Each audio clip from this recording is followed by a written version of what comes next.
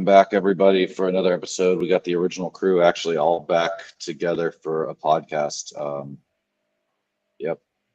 So today we'll start talking about, what are we talking about, Juan? Today's the first episode of the mini series. We're going to be talking about how to get into business, how to own a shop. And today's episode's primary focus is going to be considerations and what to look for. Shit, I think I got that right. Yeah, sure. It sounds good. Your mic doesn't, though. Your mic is horrible, dude. All right, so we're going to go and get started on this.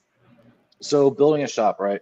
And I don't want to just limit it to building a shop. I think, that excludes Adrian and Cody from the conversation a little bit.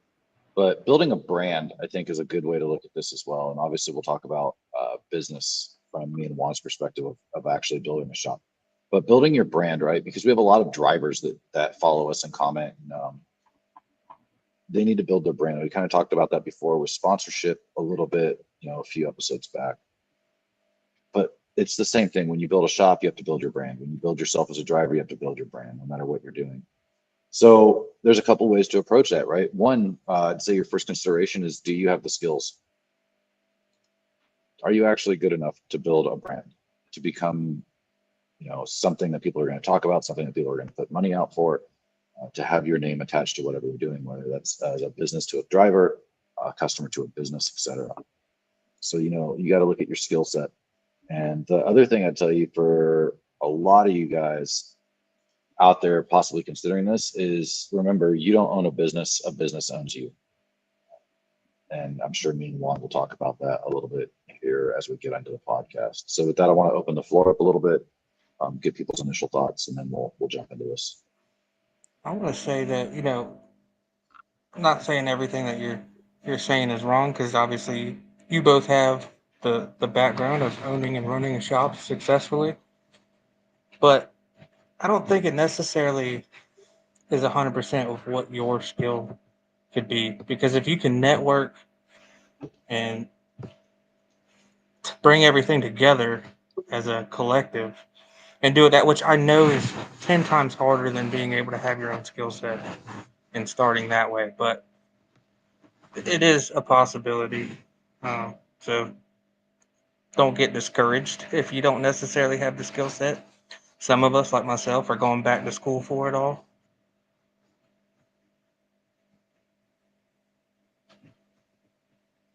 Seth, you're muted, buddy. So one of the other things that we were going to talk about was the pre-planning. So there's the pre-planning and considerations. That's the word I was looking for. But exactly what Cody said, man, and I'm going to touch on that a little bit. You don't necessarily have to have that particular skill set to run. For example, if you don't have to have a MMI certification to run a motorcycle shop. If you know the ins and outs of business, you're good with numbers, you can manage personnel and create those contacts and create those connections, then you could very well open up your own business and not know what the hell to do, with inside. So not saying that's fuck no, you can't. Fuck no, you have to have. No, I would say you have. Check it out. Hold on. I have the most successful business here, so hold the fuck on. All right? No, you fucking can't. Because if you don't know what the fuck you're doing, then you can't manage your employees. And if you have to outsource everything, then you aren't making fucking profit. Because that is all off your overhead, right? Every time you have to outsource a skill that you don't possess or you can't do yourself, one, you're at the liability of that employee quitting or walking out, which will backlog your fucking work. Two, you're paying them, which cuts in or adds to your overhead and your profit. So you need to be able to mentor, advise, teach those employees so that everything is built to your standard at your time. And you're not subject to working for your employees because you're already going to be working for your customers. Yeah, I just realized what I said came out really fucked up, and that's not how I meant it. But yes, Seth, thank you for taking that. So I'm going to touch on that because in drifting, drifting isn't actually like a professional motorsports in a lot of countries and organizations. So people like the drivers that you see on TV aren't like legitimately pro drivers. Like they didn't. Right. Some of them are, but some of them like paid their way to be there. And like you see this in Formula Drift more times than in some of the other series. Like you have drivers that just network really well. They have a shit ton of like exposure on social media, and that's their fast track to jumping the ladder to be in that like spotlight. So you can be a shit mechanic, you can be a shit person, you can be a shit employee or business owner, but there are so many handicaps when it comes to your presence on social media and your outreach that kind of fast tracks you up. So, we're talking about a successful business, but I think there's two paths to that is like, are you successful because of quality work, or are you successful because you're one of those pieces of shit that just look good on social media, have a shit ton of exposure? Well, we see that all the time, and I think You're out there. you're seeing fallout right now, and I'll call it out as I see it because I don't give a shit. RPM Motorsports, right? Are any of you guys familiar with them? Big rotary shop up in Maryland. They sold out to another person apparently. I mean, there was a lot of backlog work and something like that. So I'm not going to put the owner's name out there, but we'll just leave it as the business of RPM, right? They had a great social media presence, and their work looked amazing. I even bought parts from when I was in Japan. The parts showed up all fucked up. I had a friend that bought parts from them. Parts showed up all fucked up. It took like a year to get them. The welds were straight out of China. He just took a huge L on social media finally because it all came to light. Engines with fucking sandblast media still in them that smoked themselves 100 miles later. Cars that were never stolen. He took someone's A90 Super out for a joyride while he was drunk, one of his customers, and totaled it. was that red one? A white one, I think. But regardless, apparently this is like the 5th time this guy has done this because he puts the corporations under his current partner's or wife's name, runs up the debt, bails, leaves everything in her name, gets a new wife, does it all again, right? And that's just one shop of many, many shops that have had this social media reputation. They're the greatest shop ever. They get a lot of business because of their social media presence, which I think does tie into what we're talking about. And then their work is subpar, but it always gets buried because it doesn't matter if the person coming online is like, this car I just paid $30,000 to have built is shit. All the fanboys are like, you just don't know. You're one of, you're one car out of a million that were great. Like, how do you know, bro? You've never seen them work, right? And I think that can speak across the boards. So tying that back into planning considerations, 2 considerations I would say there out of building a business. One, do you have the personality to be the face of your business? Social media wise, customer interaction wise, I need a customer service rep, right? And I realized that for years and years and years because I have the tolerance of nothing. I'm not going to listen to what you said. I'm not going to listen to what your buddy can do cheap, bro. I'm not going to listen to your what you read on the fucking internet from 1992. I don't give a fuck what your buddy in the garage or the driveway said. If he was so fucking good, he'd have a shop. You brought the car to me. We're going to build the car my way, or we're not going to build the car. Right? Now, with that, I tend to be extremely blunt and extremely straightforward. So I need somebody to filter that message of me saying, shut the fuck up, and say, please, sir, be patient while we work through the car, right? I will. Well, hold on, Cody. I'll let you jump in here in a second. And I think Juan will attest to this too. A lot of times as a shop owner, man, what clients don't see, and it sucks as the shop owner because you never want to be the guy that's a little short-tempered. But, there's as an owner, you get pulled in like 55 different directions every day. I'm trying to talk to you, but you're one of 15 people trying to talk to me at the same time. And you're trying to give everyone customer service, and the shop's on fire, and the parts got lost, and the wholesaler didn't ship them, and the wrong parts just got delivered, and blah, blah, blah, blah, blah, blah, blah.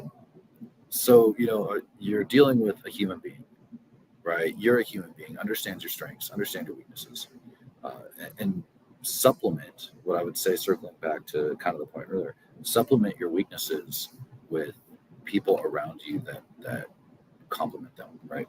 How many times are we going to put this up? Juan, go ahead. Cody, you got something to say? Sorry, I went on a bit of a tangent. So I will say anybody that I've ever sent in your direction or in Juan's direction, it's always been have your questions ready to go, and don't. It's more like don't think that he's a shitty person, but obviously y'all both have pretty much been one man shops forever, so it's going to take time, and unless you can pull out $250,000 out of your ass, you're not going to be first in line. And I mean, it speaks volumes for a shop that's not going to necessarily pay to play or pay to win, I guess, in a sense of, you respect the customer enough that if they spent $10,000 to get work done, that their work's gonna, and they were next in line versus somebody that's got $1 million waiting. Which, I mean, that's an extreme, but Yeah. it's just one of those things where I think I would rather wait for a shop that says, hey, look, we're backlogged. Well, not necessarily a backlog, but we've got a waiting list, and here's where you're at. We'll let you know when we can get you in, and just keeping that communication rather than, oh yeah, bring it by, and then 4 months later I call and like, hey, is there any update on my car, or is there any update on my parts? And Right. then the shop is scrambling to figure out who the hell I am, and now I'm out money. And I mean, it happens all the time in motorsports. I mean, if you go on any page on Facebook, somebody's saying something about somebody's shop that Yeah, I think has done that's that. I think that's something that, as a shop owner, I have to keep in mind. I hope Juan does and the other shops out there do too, is you always want to say yes, right? Because you always want to have work on the books. But at some point, you got to realize when you're so far behind. And there's a tendency I see online, at least, for some shops that maybe had a great reputation to start taking those shortcuts as they get bigger. And that's the whole business saying, right? You grow or you die. And at some point, you got to build this business out to accept the workload. Like if your workload's that high, raise your prices. That's the best advice I can give someone thinking about starting a business. If your workload is so high and you have a 6-month, 8-month waiting list, you need to raise your prices every time. Yeah, that's a really good point. And another thing about that too is, going back to the whole patience thing, preparing yourself as a consideration, preparing yourself to deal with customers, or like Seth said, having somebody as the front person to deal with the customers for you. If you know that you can't do it or you just don't have the patience for it, totally understandable. Especially when it comes to veteran-owned businesses, I get it, man. Like I have my days where I'm an asshole to people, and I don't mean to do it on purpose, but it's just the way it comes off because I got 7, like Seth said, you're getting pulled 15 different directions and you don't know which one is, which one's left or which one's right because you're just trying to get it all done, together as one person. Shit's hard, man. It's definitely not hard. It's definitely not easy. If it was easy, everybody would do it, right? We have a lot more smaller businesses around the area, etc. So just keep that in mind. I'm really good at customer service, so I'm the opposite of Seth, right? So I deal with all my customers, personally. I've had a shop manager before. That didn't work out. He was very confrontational with a lot of the customers, and rightfully so. He had the company's best interest in mind, right? So his idea was, no, you're not going to try and wheel and deal with us. These are our prices. They're going to stay that way. We're not going to do it for a penny cheaper, or no, we can't move you up, or no, we can't squeeze you in. So instead, he was a very big no person, and again, keeping in mind the fact that okay, what kind of backlog do you have? Are you 6 months out? Are you 3 months out? Right now, I tell my customers all the time, like, hey, look, this is the soonest we can get to it. If you don't, if you want something faster, then I can recommend this shop or this shop, and I'll set them anywhere else, and then they get turned around and sent right back to me. Oh, well, they can't do it for a month, but you're 2 weeks out and they're a month out, so I'm gonna go with you. Okay, well, good to go. Well, don't expect any kind of update for the next 2 weeks, because that's when I'm going to be able to put my hands on your bike, or car, whatever I'm working on. So just keep that in mind. You're going to run yourself really fast. If you I think there's a point there to be made also, one from the customer side too. And Adrian and Cody, let me know how you feel about this, man. Like, I always told my guys back in Japan, you know, when they come and I'm like, hey, man, I'm 6 months out. And it was usually the rotary guys. Well, is there anywhere else that I can take my car that I can get it in today? Yeah, probably. But there's also probably a reason they don't have a waiting list. You know? My thing is this. I know that if I'm going to spend that amount of money, I'm going to want the best person to do it that I can afford. So, in good time, I mean, really, you know, whether if you need something done fast and in a hurry, then it's more or less you waited too long to even reach out to somebody to schedule something. Even if you didn't have the money, hey, be upfront with the shop. You know, I don't have the money right now. I'm working on it, but this is my timeline that I'm hoping. You know, and some shops will take that and they'll run with it. Some shops will be like, this dude's fucking blowing smoke up my ass. But the biggest thing you can do is be transparent both ways. And without that, you know, that business is not going to be there for either individual or the shop and that individual. And I've always learned and been taught that, you know, good things come in time. If that means I have to wait 6 months to get my car finished because the best person that can do it has a waiting list, then so be it. I guess my car will sit on jack stands. I mean, hell, my truck's sitting in a storage unit right now because I'm getting ready to move and I don't have time to work on it myself. I don't have time to take it anywhere. It is what it is. I think so. I think we have to identify like how things actually flow because a lot of people, I mean, I'm guilty of it. I'm pretty sure everybody is guilty of it. We're just a little aged and matured right now. But a lot of people are like, boom, credit card, pistons and rods. Hey, machine shop, I need this done right now. Right?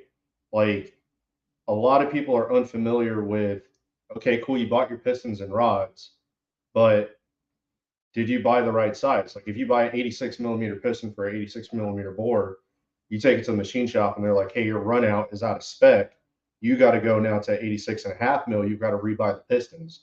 So the machine shop didn't necessarily waste their time, but now they have to wait for you to get your pistons and bring it back. And that's scheduling stuff on their end.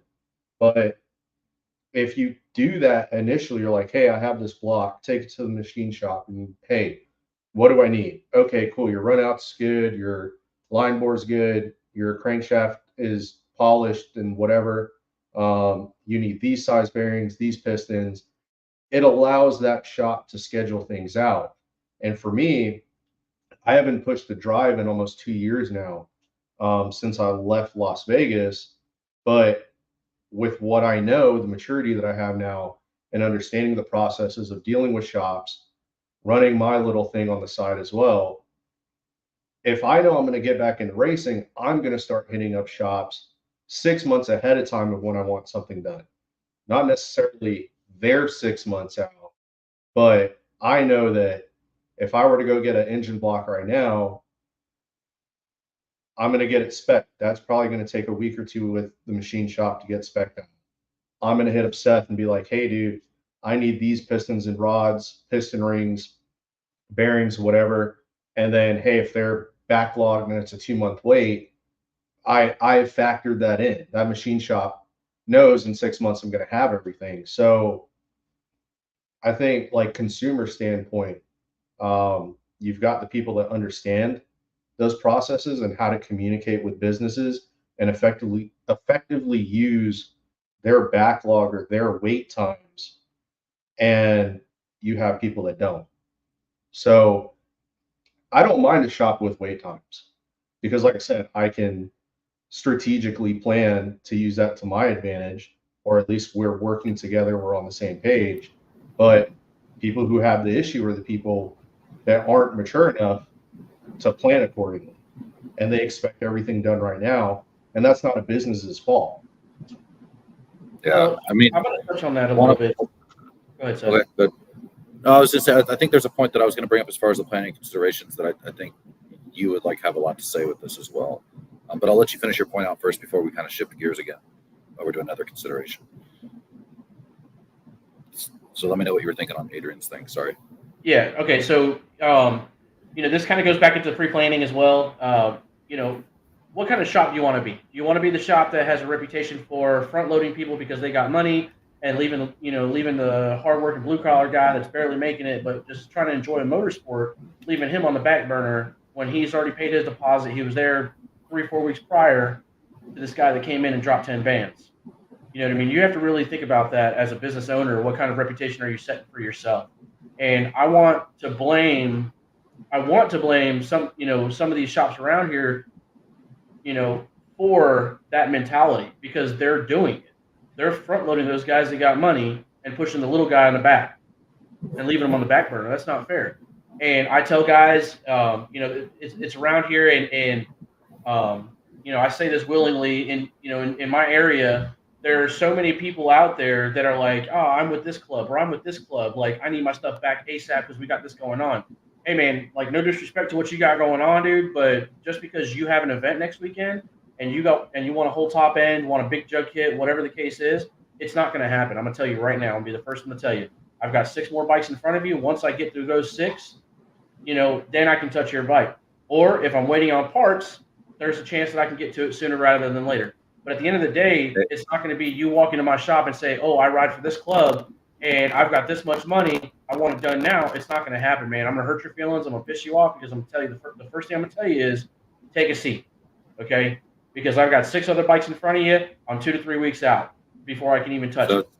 So there's 2 things that jump out immediately with that. And there's a point that I'll make as a shop owner, and another point that I'm just going to say that flat out. If you walk into my shop and you tell me how I'm running my shop or when I'm going to work on your car, I promise you're not going to like the interaction we fucking have. I assure you of that, right? Those people that don't know my background and what I did for the military, I'm definitely not getting fucking pushed around. 100%. Yeah, I'm the only one that can do that. So, but 2, realize what kind of shop you're going to. And I'll be upfront and I'll put it out here on the internet for everyone. Hey man, I work on motorsport cars, which means I work for motorsport teams that are doing this for a living or for competition at a professional level. If you have your car and I'm working on your car, and I do take my customers' cars in order, that's not what I'm saying. Like, just like Juan's saying, like, here's your schedule, this is where you're on schedule. But if I have a 12-hour endurance team call me the night before a race and need fuel injectors fucking flowed, cleaned, and retested because they're having fueling issues, all work is stopping on your car. And we are working with the motorsports team to get their car up for the 12-hour endurance race the day before the race. The race teams will always take precedent because I am a motorsport shop first and foremost, right? And you have to realize that as a customer. Yeah, man, we love building cool, fast show cars, street cars, like we're about it, right? But the pros are going to take priority, especially during an event. It's just the way it has to be. And I tell every one of my clients that as well. Yeah, absolutely. And not only that, but from a business owner's perspective, I want the consumers to understand too. If I got 4 bikes in front of you and I'm waiting on parts, and I happen to get to your bike sooner than I said I would, I'm going to start working on it. But once those parts come in, all work on your bike stops. I'm going to go back to what I was doing and install those parts that came in. Yes, we get parts on back order. It happens all the time. I might get a part overnight, and I might be waiting 2-3 weeks, several months for a part. I just got told on a wheel hub that I got to wait till September. Not going to happen. You know what I mean? So now that particular UTV is going to sit on the side waiting for a hub to come in September. You see what I'm saying? So again, things like that, the consumer has to understand as well. You know what I mean? There was bikes that were in front of you that we stopped working on because we're waiting on parts. Now those parts have come in. I have to go back to that and clear out some of that backlog, right? And then I can get right back to your bike. And not only that, but I also want to make another point because it happened to me this week. For those that don't know, I know a lot of my followers do. I've got some health issues that I'm working through, and it tends to put me in the hospital. It tends to put me in a spot where I don't want to be. I can't get to work. I'm dehydrated. I can't hold fluids, things of that sort. If the shop owner is communicating with you and letting you know, hey man, look, my health comes first, ultimately first and foremost. And if I can't perform in the shop, I'm not even going to try. I'm not even going to go in and put my health at risk for your motorcycle. I want to get it done and just as fast as you want it done. Okay. But if I'm out and you know I'm out and I've already told you I'm out and you keep calling the phone, keep texting the phone and saying, hey, when's my stuff done? When's my stuff done? Come on, man. At the end of the day, you have to be understanding. Shit happens. Okay. Because if the tables were turned and it was you in that position, how would you feel if your boss is constantly calling you every day saying, hey man, when are you coming to work? Like, dude, I got cancer, man. Not that I do, but saying like, hey, dude, I've got this serious illness and I'm trying to work through it. Why are you calling me? So again, just keep that in consideration as a consumer as well. So I let's just want to hit on go ahead. something as a different perspective off of what you said. From a consumer standpoint, I would rather, like, you have to understand when a shop is like, hey, I'm backlogged, I'm taking time. You have two different types of shops. Like, you have a specialty shop, like Seth is saying, with experience in motorsports, and prioritizing those racers is what keeps them in the game. And then you have like mechanics that do diagnostics and troubleshooting and repairs, and they're not the same. So I actually dealt with this, a couple months back with somebody here in this small little town. You can be an awesome mechanic and not know jack shit about motorsports. You can keep a car on the road. You can fix somebody's 2014 Suburban all day long, and then sit there and not understand the aspects and principles of cooling down a race car on track. So I, as a consumer, would appreciate when a motorsports shop is like, hey, we can't take this in. We've got a race. We've got to do X, Y, and Z, because that turns around, and whatever they're dealing with on that track, like, adds to Seth's experience to offer to a consumer. And I would rather that shop owner get the experience on their sponsored drivers for whatever services they offer, because that's now a gauge, or like a baseline of what you can expect for your car. But also, like, hey, Seth tunes Haltech. Okay, here's all these Haltech tuned cars that he's doing.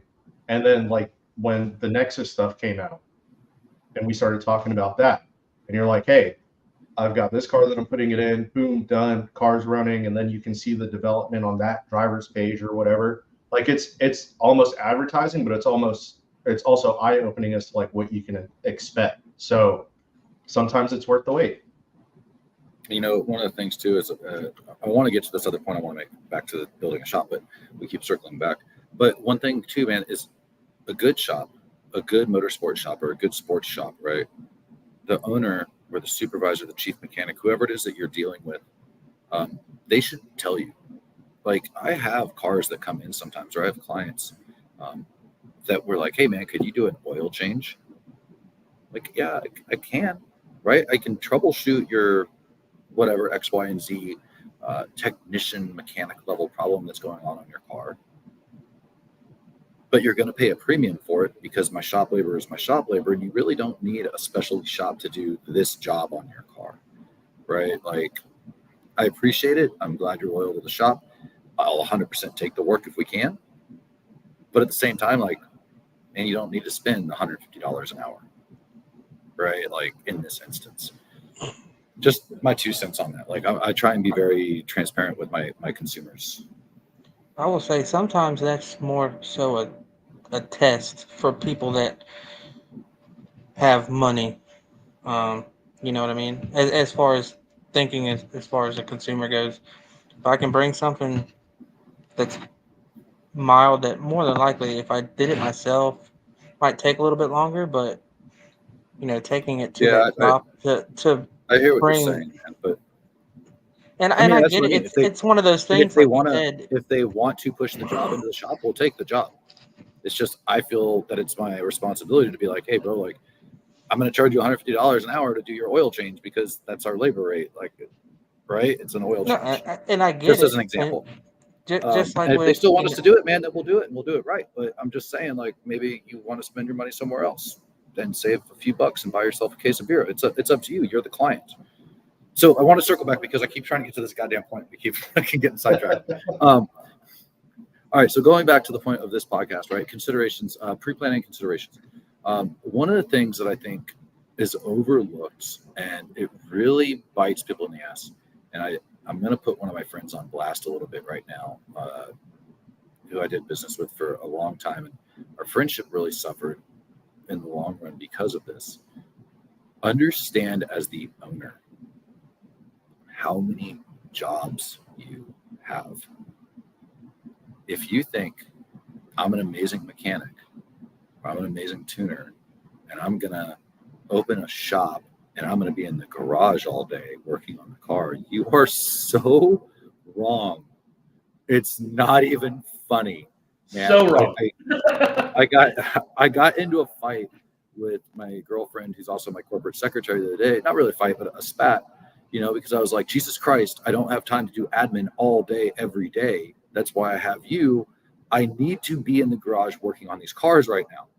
Because every time I turn around, it's the IRS, or in my case, the BIR. It's DOLE, the Department of Labor. It's visa stuff. It's compliance shit. It's a fire inspection. It's social media. It's lost shipments. It's wholesalers delaying shipments out that should have shipped 2 weeks ago because they were in stock and USPS never scanned it into the fucking system, or they made it all the way to its destination and got returned for no apparent reason.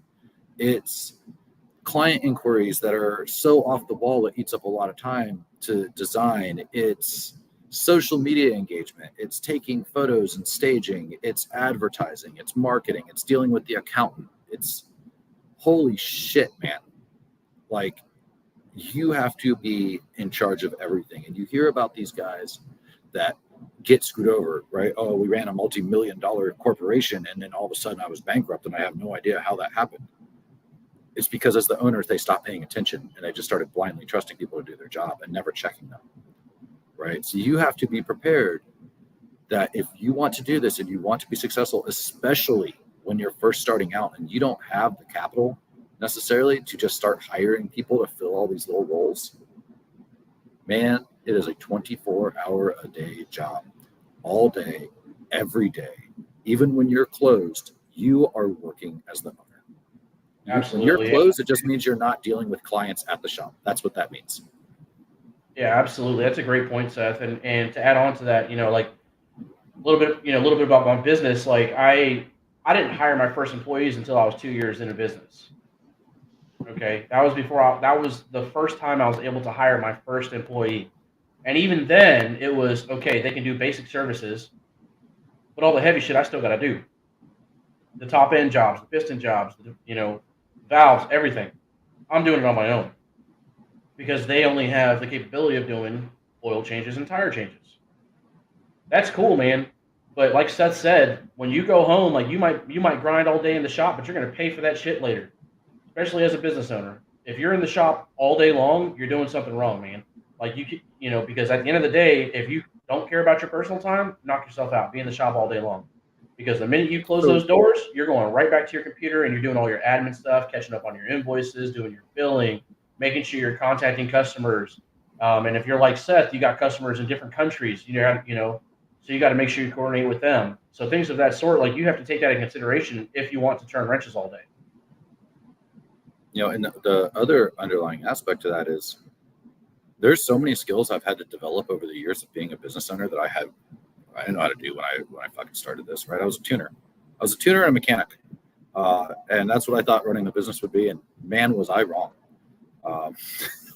Like, all right, bro, your business licensing. Oh, no, if you want to ship into these states, you have to have resale certificates or find a way to work around that.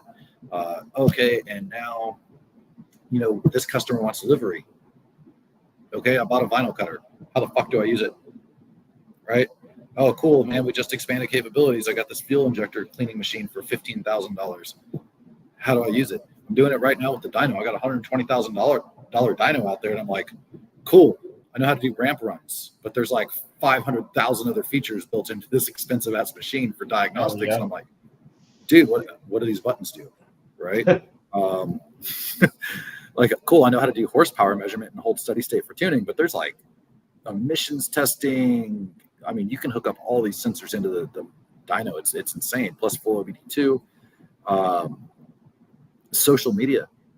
I had never put together a video clip and used video editing software and like put soundtracks to shit for social media reels. And I didn't understand a damn thing about hashtagging and how social media marketing. SEOs, search engine optimization for your website. Are you going to build your own website, or are you going to spend $10,000 to $15,000 to have it done? Well, if you don't have $10,000 to $15,000, guess what you're doing at night?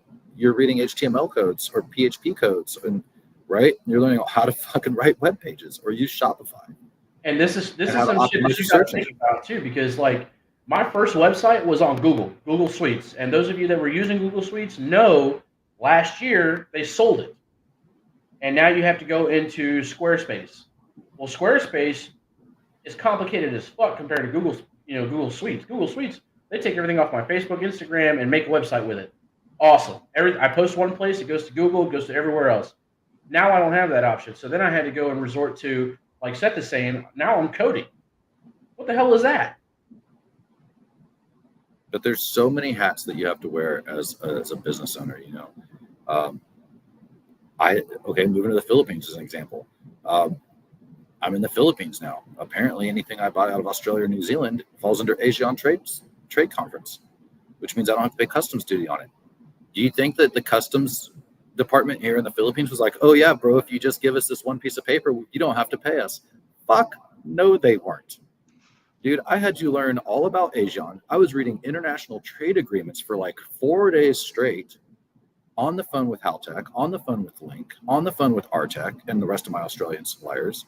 And be like, hey, bro, I need a certificate of origin, but the original has to be in the box, and I have to have a matching invoice number, and then I need to forward a digital copy to customs ahead of time, but the original has to be in the box, right? And then they tried to do customs and duties on me, and I still had to call them out on it every single shipment.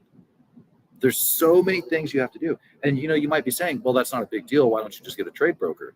Because the trade broker is going to charge me for his fees the same as not paying duties, so we're back to square one. Right? I'm not increasing my profit margin at all, and I'm having to raise the prices on my customers. But by understanding this myself, now I've saved 10 to 20% depending on the customs duty on the part. So I can sell at retail pricing instead of markup, which undercuts all my competition here in the Philippines. Yeah, another thing to consider is your time management, man. You have to be very good at your time management. If you're a procrastinator, being a business owner is not it. Okay, because you let one thing slip, then 10 other things fall behind it. So you have to be able to manage your time appropriately. I struggled with that in the beginning because when I started my business, I was still in school, finishing my bachelor's. So I was still in school, going to college, writing papers every freaking night, doing calculus homework. That shit sucked. And running a business, doing my invoice. Man, I wasn't getting to sleep till 2, 3 in the morning. And then guess what? I'm right back up at 7:30 to get to class before I have to go into work at 9. So well, all three of you saw me when I started my business. I was an active duty Green Beret. yeah, still trying to start a business, you know, and not try because you did it, you know what I mean? And you know, we all were a part of that, so I appreciate the opportunity because I learned a lot working with Seth before I decided to start my own business. I fell back a lot on what I saw Seth struggle with, and I took that in consideration. So again, you know, we're talking about pre-planning considerations. Learn from your friends. Everybody knows at least one person that owns a business or is a head honcho in a corporation, and they will tell you, okay, that your time management is important. You got to be able to manage that. And when you're off, you're never really off, right? My phone rings at 2 o'clock, and somebody dropped a bike and they need it picked up ASAP. And guess what? I'm going to go pick that up at 2 o'clock in the morning. You're going to pay for it, but I'm going to go pick that up for you. And then I'm going to get that business from you. You know what I mean? So at the end of the day, like you have to take that in consideration when thinking about starting a business. You got to have the time to invest into it. Being a family man in itself is hard. when you're trying to run a business and manage your personal time with your family. When you got kids, that shit plays into effect big time. Okay, because are you giving enough time to your spouse? Are you giving enough time to your kids? You know, all while trying to manage this business. You know, the first 2 years, my wife hated me because it was constantly, you know, oh, you never off the phone. Every time we go out to dinner, you're always on the phone. You're always answering phone calls. You're always answering emails. And I'm like, yes, but these parts are coming from overseas. I need to make sure they're coming on time. You know, I need to update this customer. Hey, we just got tracking ID. So things like that, you got to take into consideration for sure.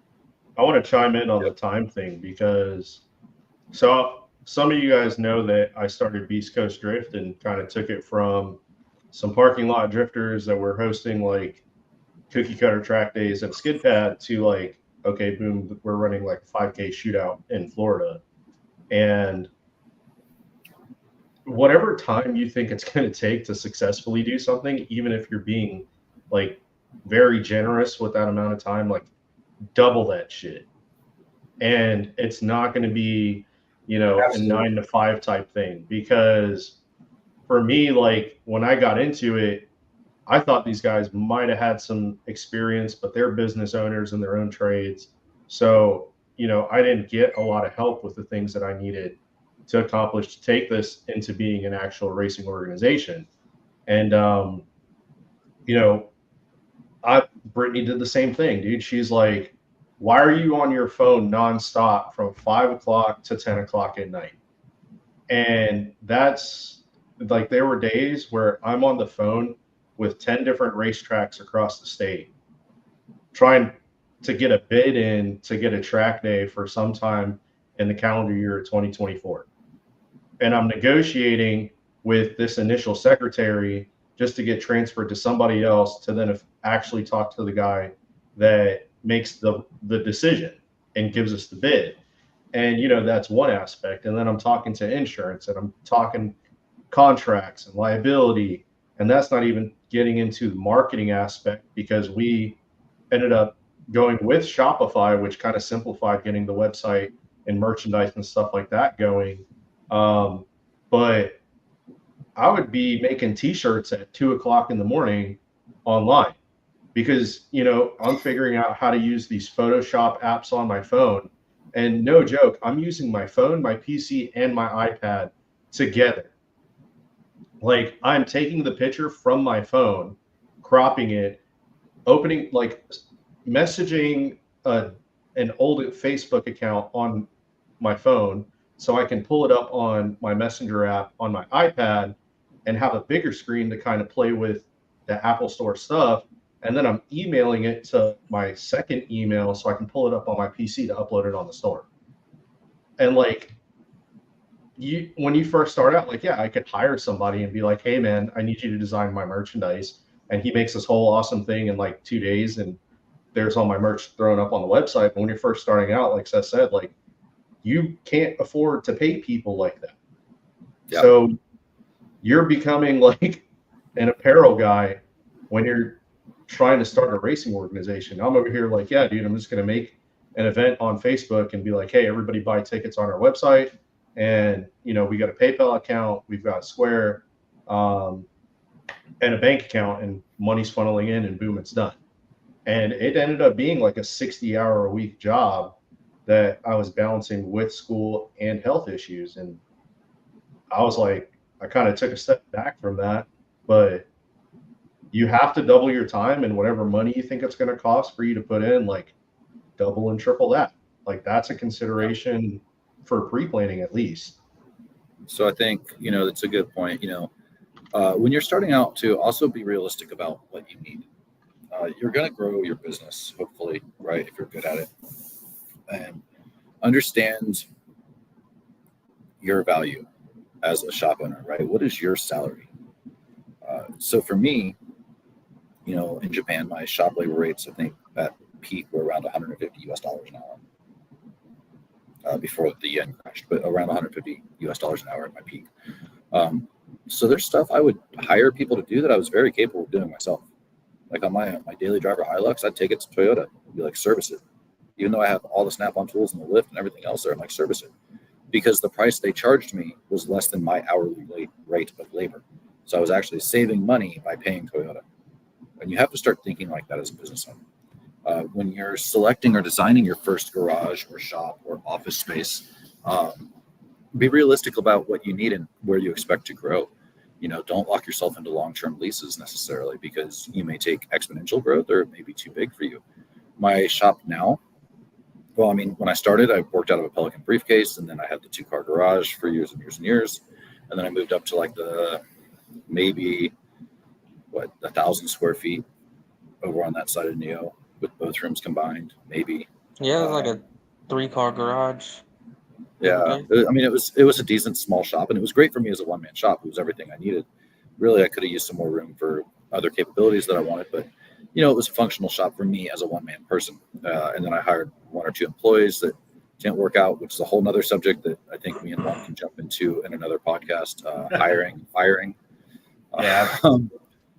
And then this one down here, I came in with a different mindset, and I think that's a good point that I want to make is, who are you as a business at this point, right? What reputation or brand do you carry? Do you represent? Are you just starting out making a name for yourself? Are you established and relocating to a new market? And what does that market look like? Understanding your market, obviously that's business 101, doing your business plan, developing your marketing strategy, who is your clientele, who is your target audience. But when I came down to the Philippines, right, I was not a new business. I had an established brand, and I was coming in to be recognized and shake things up. Like, that was what I was here to do. And I can either make friends or not make friends. I don't really give a shit. To be totally honest, I'm here to take over, not play along with. So yeah, I came 100%. And that's what you have to consider when you're talking about your local community, local competition, things of that sort. When I started, man, dude, we've got several other motorcycle shops out here. But my thought process was, how can I set myself apart from the rest of them? What makes me different, right? At first, it was, okay, I'm going to take on cars and bikes. That was a big fucking mistake. I will never do that again. Okay? You can't do both. I'm sorry. Like, I don't, as bad as you want, unless you got millions of dollars, by all means, knock yourself out. But you can't do both as one person. It sucks. It's hard. You'll never catch up. You'll always be behind. Okay? So take that in consideration. Now, with that being said, how do you set yourself apart? What do you offer? Okay, well, I'm an AMSOIL dealer. Got it. So are the other 2 main shops in town that everybody else goes to. But do they sell it? No. They push drag specialties. They push Bell race fluids. You know what I mean? They push Motul, which is cool and all. I get it. Some people like their Motul. Some people like their Shell oil for Ducatis in particular. It says Shell on the damn case. Use Shell oil. Got it. Okay? But when you come into my shop and you say, okay, I want a 3-hole change on a Harley-Davidson, you go to Harley-Davidson with a bagger, they're going to charge you $400 plus. And guess what? You're going to get conventional oil. When you come to my shop, you're going to pay $275 for a 3-hole change, and we're going to put all AMSOIL in, so you're good for the next 10,000 miles. Okay? So again, you have to set yourself apart from the rest of the competition around you and be able to build that reputation. Not only that, but also put the work out there. So I think for me, especially coming down here, well, going back, taking a step back on that note, and then coming back to the Philippines, in Japan, what I did was I separated myself with technology. The parts I used and the way I did my work is what separated me from the other shops around me. And I know that's probably mind-blowing to some of you guys out there that might be listening and thinking, like, how did you exceed technology in Japan? Because they never left 1994 when I came to motorsports. That's how. Because I brought in Haltex and Borg Warner turbos and proper real Garrett turbos and fuel injector testing machines, right? And I had a clean shop that didn't look like a fucking junkyard. That's how I separated myself, right? My shop looks like somewhere you want to bring your expensive car. Down here, do the same thing. I'm coming in. I have a full retail store that is super clean, right? Professional shelving, TVs on display in the store, air conditioning, wood floors, blah, blah, blah, blah, blah. Radium parts, vibrant parts on hand on the rack. I have dynos, lifts, right? All clean equipment. But with that said, like I said, think about what you need, right? I'm looking at my growth over the next 10 years when I rent my facility. That's why it's 11,000 square feet. Right now, it's fairly empty still. But in the next couple of months, we're building an engine clean room with full HEPA filtration. So we actually have a clean room to build engines in, just like Nissan or Toyota does. We're going to bring in the tire machines. We're going to bring in the metalwork machines. So we can do everything in-house, right? So I'm looking at that growth. That's why I needed that space. But if you have a space so that you don't look like a dude with an 11,000 square foot warehouse with one lift and a fucking Craftsman tool chest in the corner that doesn't look very professional, understand how much money it takes to build out a space. I took this place. My rent is super cheap, but if you've never built an 11,000 square foot place or renovated something like a house, I'm about $200,000 in to building the shop right now out of my own pocket. Right, it's been financially rough to say the least. Basically, almost all the money that I saved coming out of Japan, I've put back into equipment and renovations here, as well as the bureaucracy and the paperwork and all the other stuff we mentioned earlier that you don't necessarily think about as a shop owner starting a business. SEC incorporation is a C corp, that kind of thing. So. Yeah, absolutely. That's one thing to consider too, as far as considerations, is expect to spend money. You have to spend money to make money. That's real. You hear it all the time, but you have to believe it. If you're going to be a business owner, you have to believe that. You got to spend money to make money. I was not expecting to spend $2,500 on a tire machine, but guess what? I'm the only shop in town within 100 miles of me that can do motorcycle wheels up to 30 inches. You got to spend money to make money. You got to do it. And again, that goes back to setting yourself apart, right? I set myself apart by buying a machine that I could do 30-inch motorcycle wheels and balance them. Okay, you have to be able to set yourself apart, but again, you're going to spend money, and you got to be prepared for that. It's going to suck. Believe me, it sucks. When I look at my bank account and I've got $30,000 in my business account, I'm like, okay, that's cool and all, but that shit's already accounted for. That's gone. I don't have $30,000. Yeah. You know what I mean? Like, it looks good. It looks good on paper. Don't get me wrong. It's nice to look at it, but guess what? That money's already accounted for. That's going to my lift. That's going to another tire machine. That's going to a new compressor. That's going to hardline. That's going to renovating my area. And I don't have as much space as Seth. I got a 4,800 square foot. But at the same time, it took me, I'm now in business 5 years. It's taken me 5 years to get my shop to where it's at now. And those of my customers that are watching know what I have to go through to get the space that I have. Okay. The outside, I can't control. I lease my space. I don't own it. I lease my space, and there's only so much I can do to maintain the outside. But when you walk into my shop, we've got toolboxes lined against the wall. We've got tech carts that are designated to certain technicians. We've got everything that you need right here, and you feel comfortable. Well, that's a good point, Juan. What you just said actually is a great point. I'm gonna speak as the older business owner a little bit here. If I had not left Japan, I would be doing extremely well for myself right now. But it took me about 5 years to have all the equipment that I needed to have my shop space built out. You can't even say all the equipment you needed, right? Because there's always more. But to have everything I needed to do the work that I was doing well for the shop space I had, client base, had that customer base that was around the clock. And I still have customers in Japan that I deal with all the time, every day, which is awesome. And I appreciate that so much. You guys have no fucking idea the loyalty that you guys have shown. It's amazing. But it took about 5 years, and you're about at that point now. You're about the 5 year point where you should be starting to actually see profit come in and good profit, right? And now it should start growing. Now, of course, you're always going to have the equipment break, the tire machine blow, an airline, whatever, right? That's part of owning the business, but the major expenses should now be behind you. Right. One of the things about coming down here for me, I basically took all those major expenses that you spread over 5 years, rolled them up into a 3-month ball, threw my bank account out the window and said, fuck it. I hope this works, right? To get back to having a full running shop. So we'll see. Either that or Seth's going to have a private dyno for my Raptor. Yeah. I don't know, dude. Like the Vios and the Raptor are going to tear it up. Whatever, dude. Well, see, it's man. not just, time. spending the money, to make money in the shop thing. People forget that technology changes every day.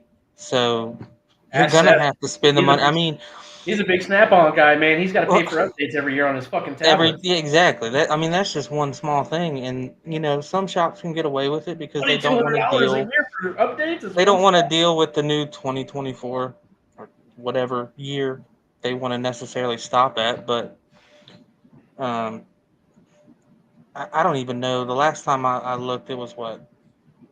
This was probably 2 or 3 years ago. It was $800 per manufacturer to update your Snap-on. I don't know. I just buy a new launch scanner every 2 years and be done with it. Well, Yeah. I mean, that's one way to get around it necessarily, but I think it's like $800 per. At least the last Yeah, time I fuck looked. that, dude. I can buy a brand new launch X431 Pad 7 for like $4,000 with 3 years worth of updates, and it's top of the line. Fuck that. Yeah. I'll just wait 4 years and I'll buy another one before I So spend right now- $800 for manufacturer.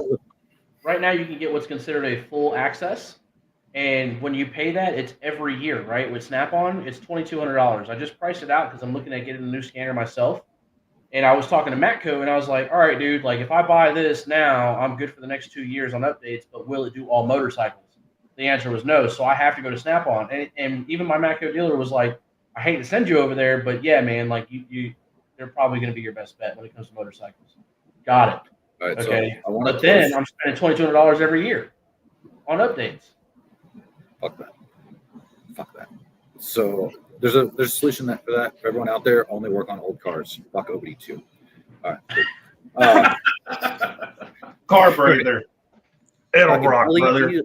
Pre-2007 and diagnostic box, bro. Jump that motherfucker and start counting blinks. Hey, I got an 86 Daytona, man. That thing still got fucking distributor. So, 12 valves and 7 threes. Let's close out with this. One of the things that you're going to look at, and we can jump into this next episode, is wholesale accounts. And I think I'm one of the only ones here with big wholesale accounts for the most part, as far as like large international distributors. I got some motorcycle shit. When you are a distributor, for example, like I am the distributor for Vibrant Performance for the Philippines, there's hooks that come with that, and there's catches, guys. Yeah, cool. I'm Vibrant Performance. I am the distributor for the Philippines. I'm also on the hook for $15,000 in sales a year, or I lose my distributor rights. Yep. So, are you prepared for that? Can you turn that volume? Some people don't think about with that contract, because I've seen from other shops, Yeah, you better read that contract. Not motorsports per se, but they don't even want to get into a contract unless you can put down the $15,000 up front or more. And then if you can't scratch that, and even if you were to pay that money out of pocket every single year just because you like that product, they still don't want that business because it's a bad look for them. Yep. So Drag Specialties is a good example. If you go to fucking JP Cycles, if you go to Revzilla, if you go to motorsport.com and you try to order motorcycle parts, you're always going to see Drag Specialties. That's a big name out here. They sell a bunch of parts cheaper than Harley Davidson, for example. I mean, they're pretty Harley specific, but they cover most cruisers. But Drag Specialties, you have to buy in from the jump $10,000. You got to give them $10,000 to buy in and have that corporate account. I do not have one because I don't have $10,000 laying around. Okay. Yep. I have several. I have paid that blood money out several times over to different distributors. Was it worth it in the long run? Yeah, man, it was 100% worth it in the long run to have access to everything I do. But again, that's where my profit for the year went on year 2. That's where a good chunk of my profit went to on year 3 was buying into these distributors and growing my business. So we'll jump into that a little bit next time. Maybe jump into some shop design considerations or something like that. We'll figure it out. Dealing with yeah, there's a lot of things we can discuss on this subject. It's never ending. So thanks for dialing in. Hopefully Instagram's working next week for me and I can live stream this back out to Instagram. I don't know what the fuck's going on with that. But yeah, thanks for tuning in, guys, and we'll see you next time. Appreciate you guys. Peace.